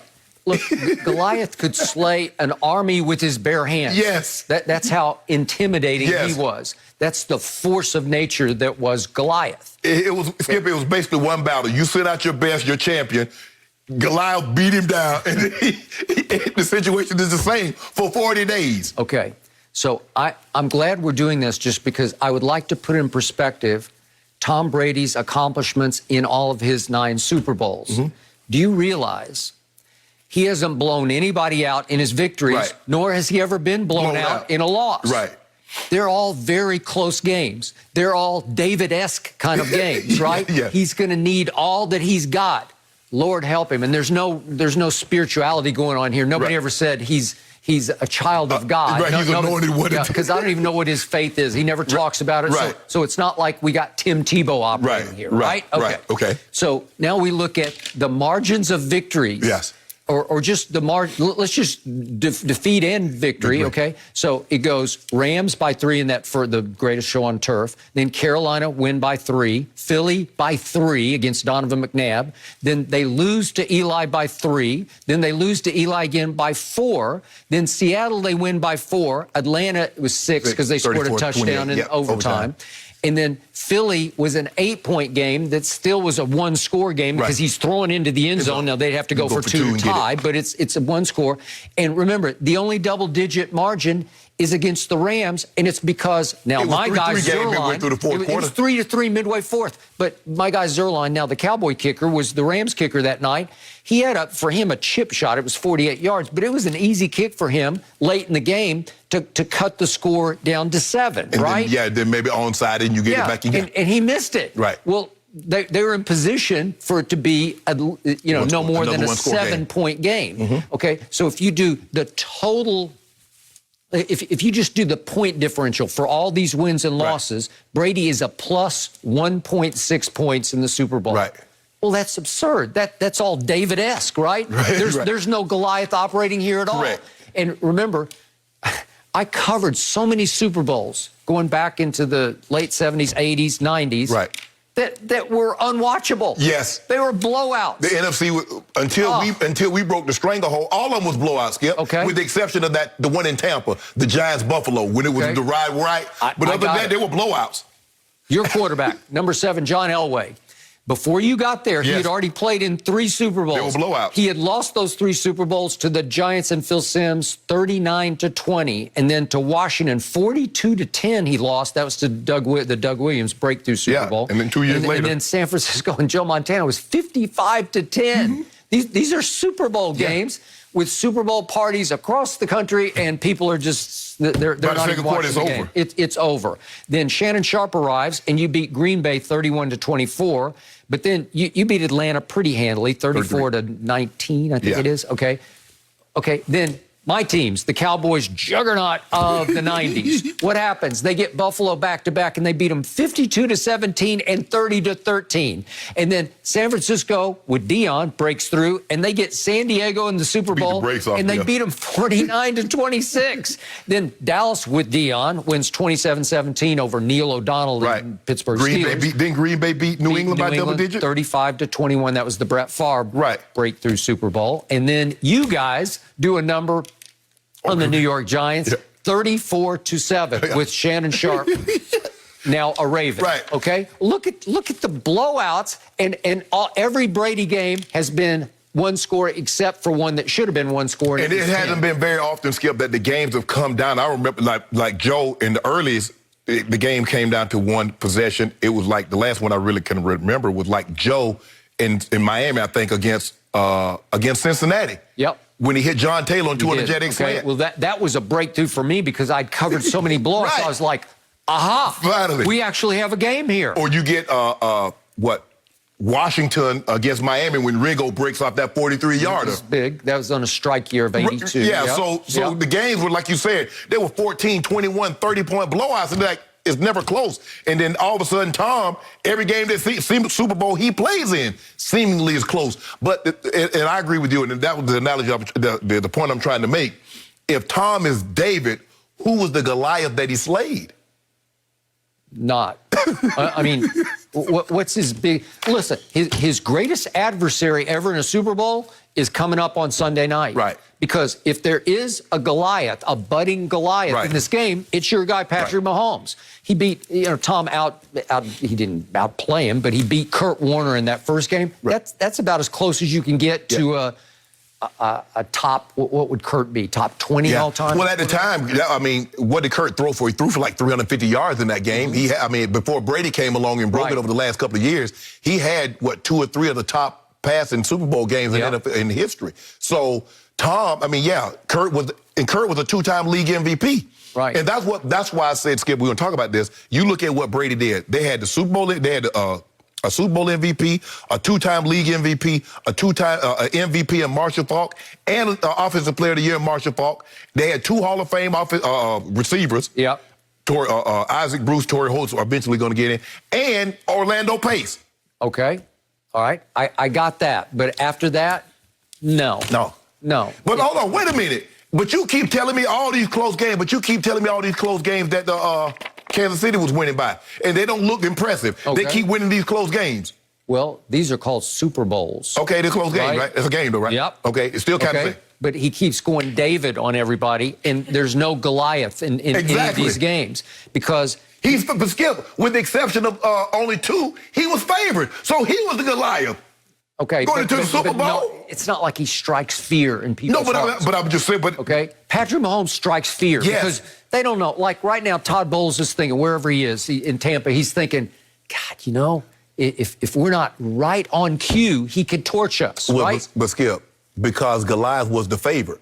Yeah, he is the little boy going out there. So theoretically, Tom Brady has been Goliath more times than he's been David in the Super Bowl because he's been the favorite. Okay, but nobody looked at him as Goliath because, as I keep telling you, he's the ultimate wolf in sheep's clothing because he's in sheep's clothing. Yes. He doesn't. But he kept winning. Okay, well, he kept winning because he's got the all-time set of intangibles we've ever seen. It's why I made the point to you yesterday. He is the greatest overachiever in sports history because he's not wildly talented, right? Right. So he's doing a lot with a little internally also, right? His ability to process information. Yep. His ability to recall. And his ability to remain calm. Mm-hmm. And that's what the really good surgeons, that's what the really good, whatever it is your profession, the really great ones can stay calm in the most stressful of situations. Yep. So no matter how chaotic it's going on around, it's monotone for you. Okay, but there's no wow factor to it at all. It doesn't sell except on the scoreboard at the end of the game. Oh, he did it again. Right. It never gets too cold. It doesn't get too hot. No. The crowd doesn't get too loud. No. The conditions are never where Tom Brady is like, man, he just, and as long as you can maintain that, that's who he is. The things good happen. No mercy. When I think about Black History Month, I think about people who are doing it now, leading the way. I think about the modern athlete, because I am an athlete. I think about LeBron James, Colin Kaepernick, Maya Moore, Kenny Stills, Anquan Bolden. I think about the Malcolm Jenkins of the world that's walking the halls of Congress to make things better for all people. I think that the modern athlete is redefining what it means to be athlete. The modern athlete is saying, look, we don't have to sit in a box anymore and just play ball. We don't have to shut up and dribble. The modern athlete is leading the second wave of the civil rights movement. I love Black History Month because it gives us the opportunity to highlight people who are doing it now and also pay homage to the people who paved the way before us.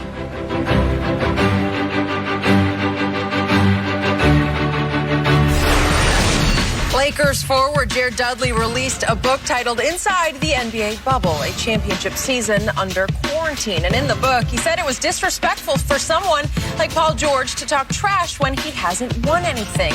And it was disrespectful for PG to put himself on LeBron and AD's level. Fox Sports NBA analyst Chris Broussard joining us now. Chris, is Dudley's criticism of Paul George in bounds or out of bounds here? I think it was in bounds because he kept it in bounds. He kept it on the court. If he had talked about his family or his lifestyle or something like that, that would have been out of bounds. So I was fine with that. Other people might say, well, who is Jared Dudley? A career role-playing journeyman to be critical of a perennial all-star like Paul George. Here's the thing. Remember, Jared said we, the Lakers, thought it was disrespectful. So LeBron, AD, maybe Rajon Rondo and the rest of the team, they felt that way. If Dudley had said it himself, oh, I thought it was disrespectful, then I think it would have been fair to criticize him because obviously Paul George is light years ahead of Jared Dudley. So I think it was in bounds. But here is the crux of the matter. To me, what this ultimately says is that the Lakers have a serious lack of respect for Paul George. Because they talked about billboards they saw in L.A., and we saw the commercials and about the Clippers being the kings of L.A., and it's their town. That was Kawhi. That was more Kawhi than anybody. Then they gave Patrick Beverley a pass. But Beverley was the one that told Steph Curry the next 5 years belong to us, and everybody, including the Lakers, heard that. Beverley was the one that after he blocked LeBron's shot in a game at the end of the regular season, or in the regular season, that pumped his fist and had all the histrionics. You can't say just because that's who he is, you let it go. There was no reason to single out Paul George as the one. Because here's the thing. Before last year's finals, or before it ended, Paul George was on Anthony Davis's level. He wasn't on LeBron's, but he was on AD's. Now, we can say AD is a better player than Paul George, but Paul George is a perennial all-star. He actually had more playoff success by far than AD. He led a team to the Eastern Conference Finals twice. He challenged the Big Three in Miami, took them to 7 games when his next best player was like Roy Hibbert. So he had done way more than AD in the playoffs up until the end of the finals. So the only reason to single out Paul George is that you went after the guy you don't respect. You went after the easy mark. And the only way that Paul George is going to shake that reputation is not by having a great regular season, which he's having. It is by having a great run in the playoffs en route to winning a championship. But Jerry Dudley voiced that, and he said that, but there's a lot of players around the league. You see how they coming at Paul George, because Paul George views himself as a Tier 1 player. And I look at Tier 1 players. You've won a championship, you won a regular season MVP, you won a finals season, or a finals MVP, or you're a player of the year, one of those awards. So you look at Kawhi, you look at Steph, KD, LeBron, and Giannis. That's it. Paul George carries himself. You heard what Devin Booker say, man, sit your soft you-know-what down. Seth Curry went at him in the bubble. Now, that was maybe for a lot of different reasons, but Jerry Dudley is not the only one that sees Paul George, sees himself as a Tier 1 player. And he's like, hold on, bro, wait a minute. All I know is that, yes, but he had only won one playoff series since 2014. And that was last year when they beat the Dallas Mavericks. Everybody saw you finished third in the MVP voting. Russ asked what you had in Utah. He's like, I got a strong spade hand. I got 5 on it, and gave him 5 points. Russ dropped 45. So we've seen him come up small in the playoffs. He gave himself the name Playoff P. So I don't care if he averages 40 in the regular season. He better average 42 come playoff time, because that's the only way this is going to go away. I get it. You write a book, Skip. You wrote the book up a year ago. It comes out, and now you bringing up old stuff that you said last year, and it seems like you just said it yesterday. I get it. We're going to leave. Hey, I like Paul. I love PG's game. Smooth, can shoot the 3, take you out the bounce, get to the mid-range, can finish at the rim, shoot good free throws. But, bruh, you brought this on yourself. You got up there at your introductory press conference and say, Playoff P here. Nah, bro, ain't no more of that stuff. Okay, make it all go away. Okay, my turn. I know Jared Dudley pretty well. I like the heck out of Jared Dudley. He's really a good man with a big heart. But in the end, you have to sit back and say, who the heck is Jared Dudley to be writing a book and taking on Paul George? As many failures as Paul George has suffered through playoff games, and I've called him George Paul a lot of times on this show because he's not an alpha, he's not a takeover guy, he is a complimentary star. But he is a star, and as Chris points out, 6-time All-Star, 4 times All-Defense. He's got big game. He's got top 10 in this league talent. I don't know if he always lives up to it, but he's got top 10 talent. So here's Jared Dudley writing a 42-page book after he played a grand total of 31 minutes in... You keep calling it a book, though, Skip. It's more like Cliff Notes. I don't know what it is, but whatever. I'll give it to him. It's a quote-unquote book.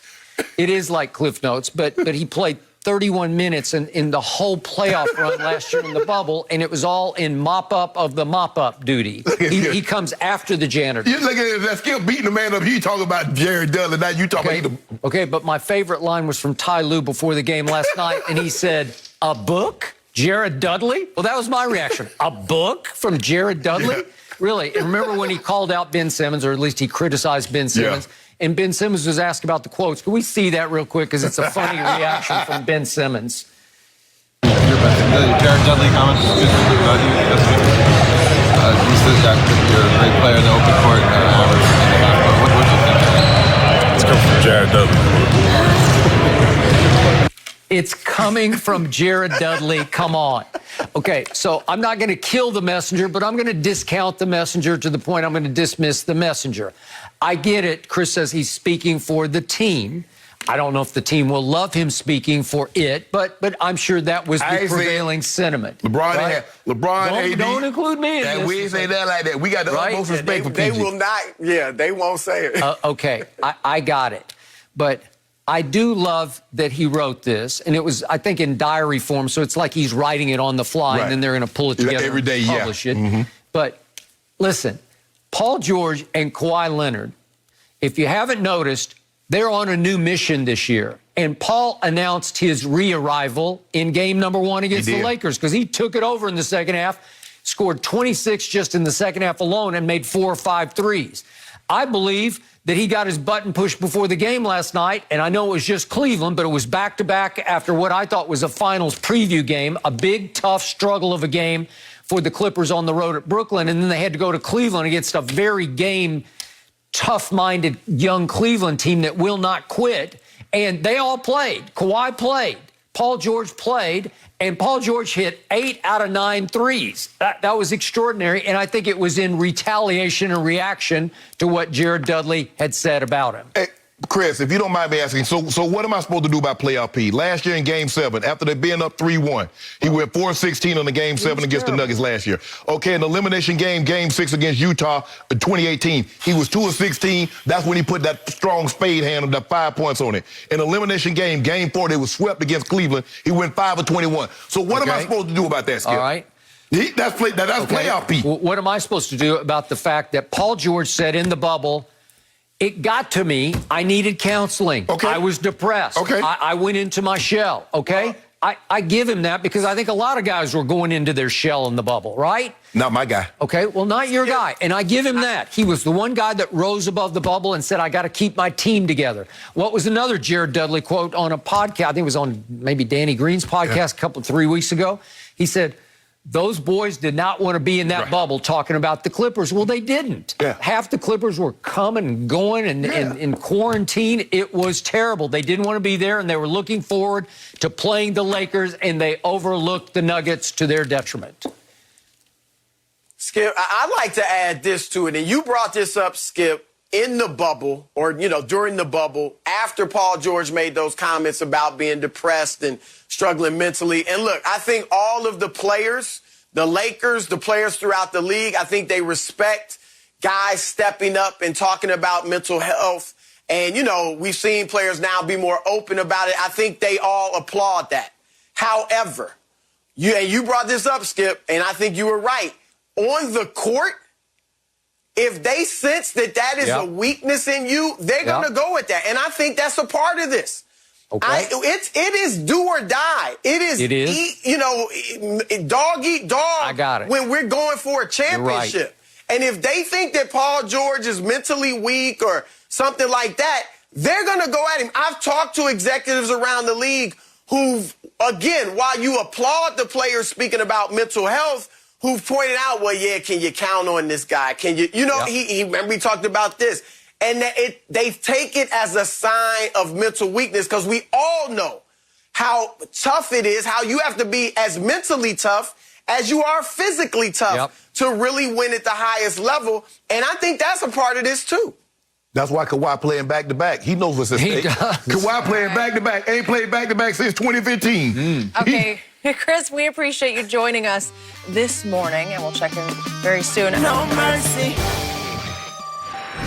20 years as a New England Patriot. What a ride it's been for Tom Brady. Patriots have won unbelievable. For the third time in the last 4 years, the Patriots celebrate winning the Lombardi Trophy. The New England Patriots are the NFL champions. Brady has his fifth. What a comeback. 6 titles. Enjoy it, folks. You're never, ever going to see it again. Not in our lifetime. Love hearing Joe Buck's voice there, getting excited. Tom Brady has reached his 10th Super Bowl, and it might be his most impressive yet. Not only is Brady 43 years old, it's also his first year on a new team with a new head coach and a new offense. It's also the first time Brady has ever played 3 road games to reach the Super Bowl as a wild card team. He just keeps doing it. Shannon, if Brady pulls this off, will it be his toughest and greatest championship run? No, I still believe the first one was the toughest because he was much younger. Skip, and he's in a different situation.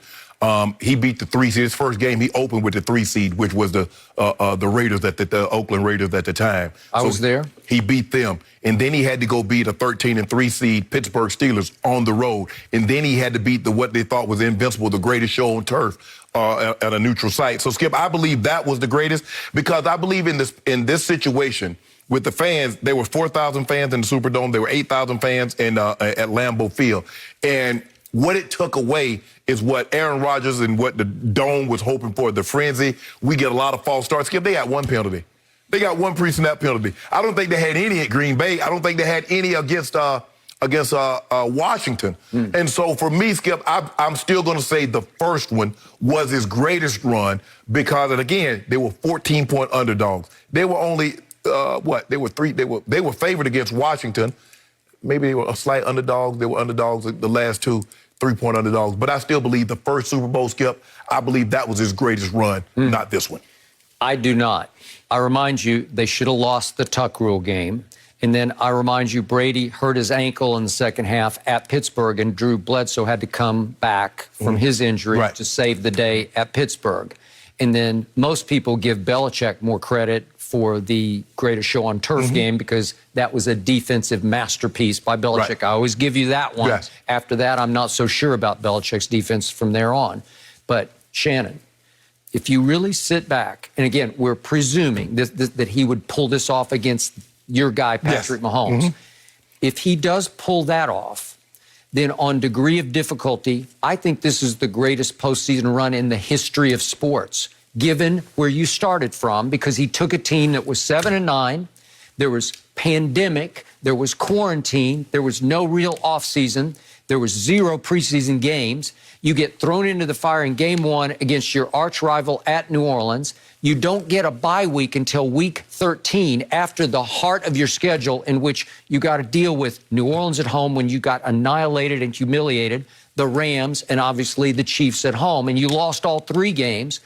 And you flip the script and the switch coming out of the bye week, and you take off. And as I keep saying, he did bring that team to a boil, but then they're forced to go on the road. I got you, no fans, but it's still against, think about this, the number 2 ranked defense in Washington, then the number 4 ranked defense and your arch-rival nemesis at Drew Brees, and then the number 9 ranked defense, Green Bay's, at Lambeau against Aaron Rodgers.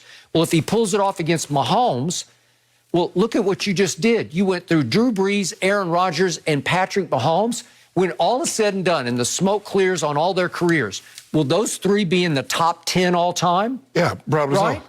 They will, all 3 of those guys. I mean, the way you talk about Mahomes, he may wind up at number 1 all time. Well, Skip, I would agree with you had Brady not been where he is currently.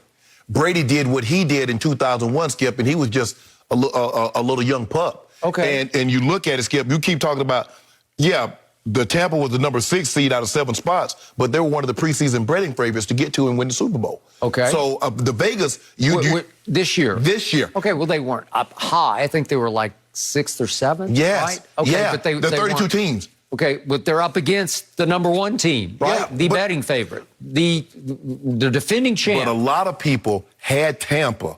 They bet. That's why Vegas set them. Vegas didn't set them 15-1. They didn't set them 50-1. They set them at the 6th or 7th best odds to reach the Super Bowl. They thought enough of Tom Brady and looking at that nucleus of what he was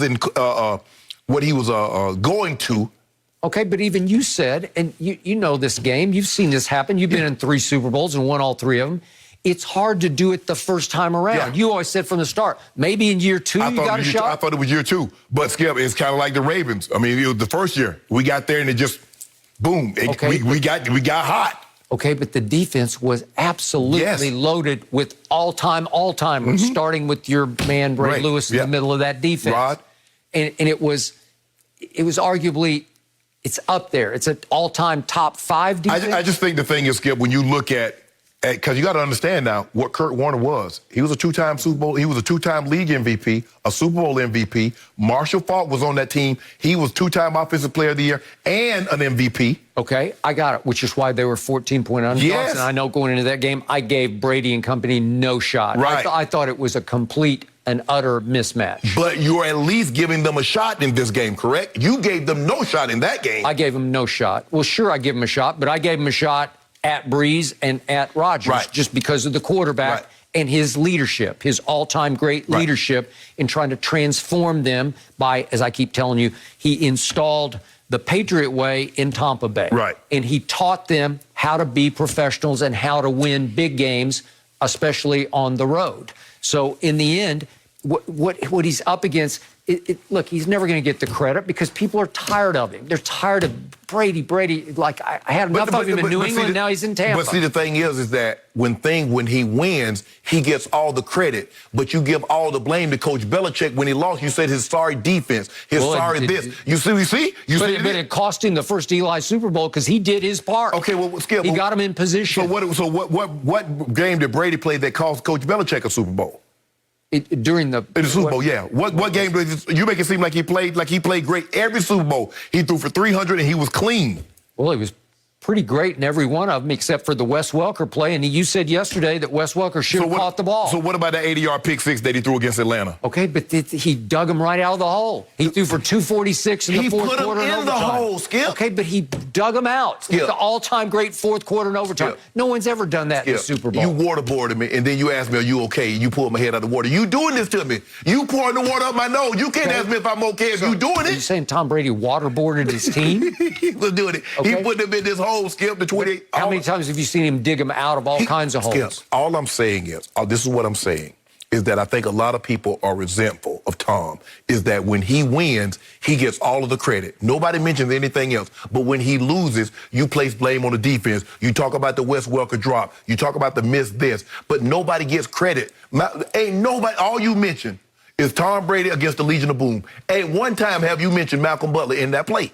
I mentioned him. You talk about he lost the game. He hit Gronk right in the hands. Is Gronk lost it?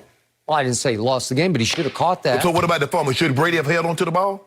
Well, again, you're desperate because your defense has given up 41 to Nick Foles. What about that drop? He tried to make a late, desperate play and held the ball too long, got stripped. What about that pass he dropped that Hugh put away? Do you think that changed the game? Really? Did he drop the ball? Well, it was a hard catch. I'm not even sure Shannon Sharpe could have made Nick that catch. Foles caught his. Yeah. Well, it was a better throw. It wasn't straight over his head. Right over his head. You always tell me straight over your head is hard to catch. That's Tom Brady. He the GOAT. Okay. You told me to go. But in his Super Bowl matchups and clashes, he hasn't faced high level. Russell Wilson was pretty good. Kurt Warner's good, but he's a top 20 quarterback. But when you go Breeze, Rodgers, Mahomes, you don't think that's all-time? And again, I don't know if he'll pull it off. I think Drew Brees had an all-time run when he beat Kurt Warner, he beat Brett Favre, and he beat Peyton in the Super Bowl. Okay, that was a pretty historic run. But to hear you talk when we're talking about Aaron Rodgers and Patrick Mahomes, those are your two pedestal quarterbacks, right? Yeah. And he has a chance to beat both of them back-to-back in a championship game and a Super Bowl. So if he would do it. So if he loses, is this his biggest disappointment? No, he's 43. Why not? See? You see what you did? You want it both ways. It's a historic win if he wins, but if he loses, he's 43. He got this far by beating Breeze and Rodgers. How great is that? So he just turned 43 in the Super Bowl, so he's been 33 this whole while. It's a whole different discussion. We need a lot more time if we're going to go there. No mercy.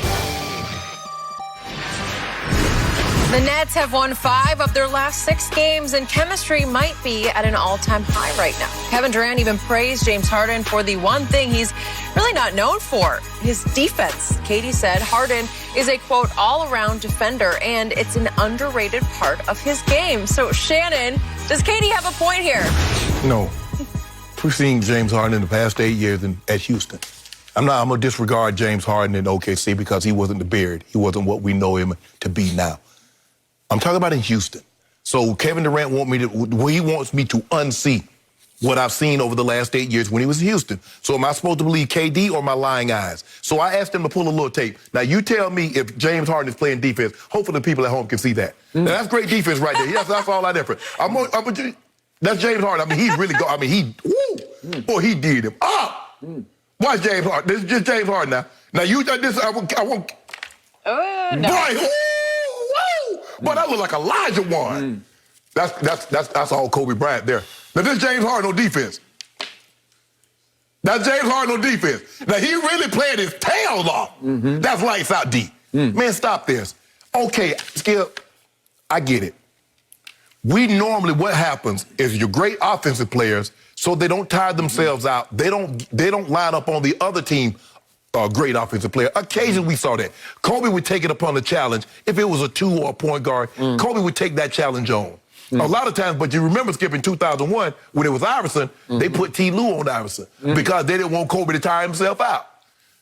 Jordan sometimes would take that challenge. But for the most part, Skip, if you're a great offensive player, they don't want you tiring yourself out on defense. But Kevin Durant wants to take a few plays and say James Harden is an underrated defensive player? Come on, KD, bro. I understand you want to hype your brother. Shannon Sharpe, I'm sorry. You were dead wrong on this one. I've been telling you all year he is underrated on defense. So what was and now that? Kevin Durant. So what was that? It's bad old days in Houston. So what am I supposed to base it on? When he feels like... Watch this year. Start watching these games.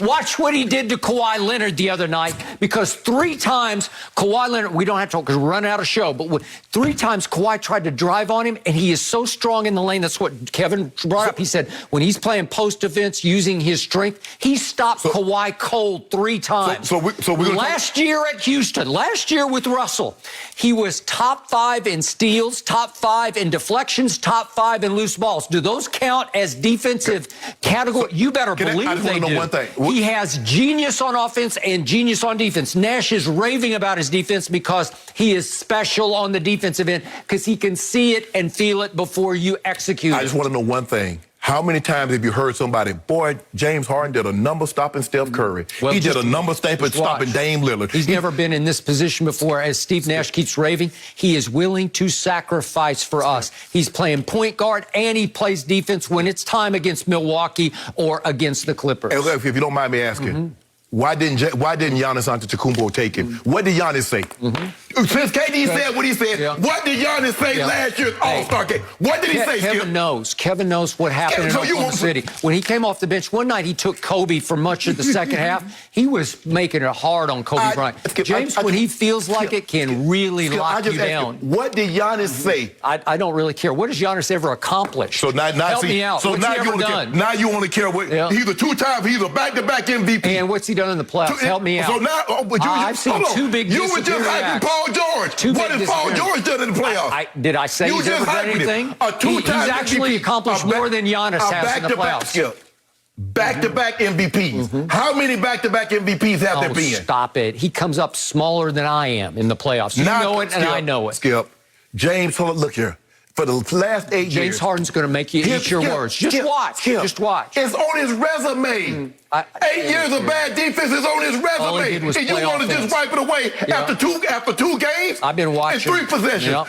2 games, 3 possessions, wipes away 8 years. Underrated on defense, said Kevin Durant. I'm not going to quibble with Kevin Durant. I think he knows what's going on because he's only the best player on the planet. But nobody else knows what's going on. So how many other guys? So how many all-defensive teams? You don't. How many all-defensive teams has James Harden made? Well, let's see what happens this year. How much you want to bet? Top 5 in all those stats last year. So you mean to tell me a guy that leads the league and still can't make all-defensive first, second, or third team?